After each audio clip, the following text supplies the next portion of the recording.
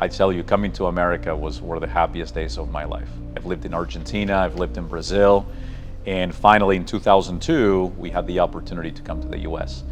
And within 3 days of landing in Miami, I was here, and you were the first person that greeted me in the US. So it was basically immigration first, and Bill was second. How are you? So good to see you.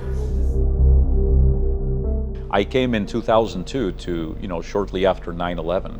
So I came to a very unified America, a very patriotic America, and it was just incredible. It was difficult. My sophomore year was very difficult. English was incredibly rudimentary, very basic. I knew the very basics. By my junior year, I adapted, and by my senior year, I started to really thrive. My whole life until then, it was built in chapters. Here's my Argentina chapter, here's my Brazil chapter, now I'm in my Bishop Verot chapter. And at the time I thought this will be a chapter with a beginning and an end, and then I'll move on to my college chapter. But Verot was the first time that had a beginning, but there's no end to that chapter. And that's because the relationships that I built then, I carry with me to this day. I'll tell you, I probably could not mention one teacher from Argentina, but I can mention just about every teacher from Verot.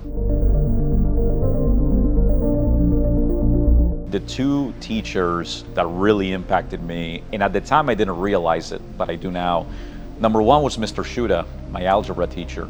Incredibly well-dressed every time, incredibly process-driven. He had a process for everything he did, and he was incredibly consistent. I would say that was number one. Number two was Coach Jones from economics. He taught us a phrase called Tinstafel, which stands for there is no such thing as a free lunch. And I'm not making this up. Every week I think about Tinstafel and the fact that every one of our decisions has a cost. And every decision will have an impact. The students are very lucky to have the teachers they have. The relationships and the loyalty behind the relationships is what I value more than anything. I have 4 children now, so personal life is very chaotic. You always think in the back of your mind, I need to go back, I need to give back. Eventually I'll get there, and then boom, 20 years go by. And during those 20 years, I have been incredibly focused, going to college, going to graduate school, the launch of Energy Harness. My mother was the #1 fan of Verot, and she passed away October 28th. From fighting cancer for 2 years, and Crystal reached out to me 2 weeks later saying, hey, we've heard that you might be able to help us, and it was really a calling that was meant to be. So here I go 20 years. My relationship with Verot is dormant. My mother has reminded me of it from day one. She passes away and I hear from Crystal. So in my mind, she is the one that we need to blame for the blackout because she made it happen so I would reunite with Verot. And now we are in February. We've helped Verot tremendously. We've put him in a much better place. We still have things that we would like to get done, but it's all happened very quickly. In the back of my mind it's her telling me that is what you need to do. You need to give back. You need to go back to your roots. One of the silver linings when somebody has a terminal illness is you're incredibly aware of the limited time that you have. And I asked my mom, I said, Mom, you've lived in Argentina. This was probably early October, a month before her passing.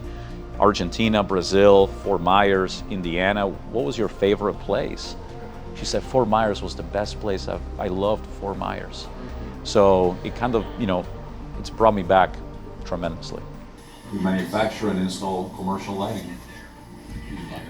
We light up the world. It's always been that way. When you think about Bishop Verot, what does it represent to you? Some of the happiest days of my life. The foundation that I was able to utilize that I use to this day.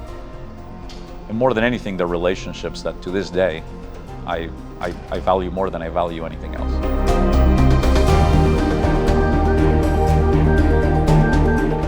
Count your blessings.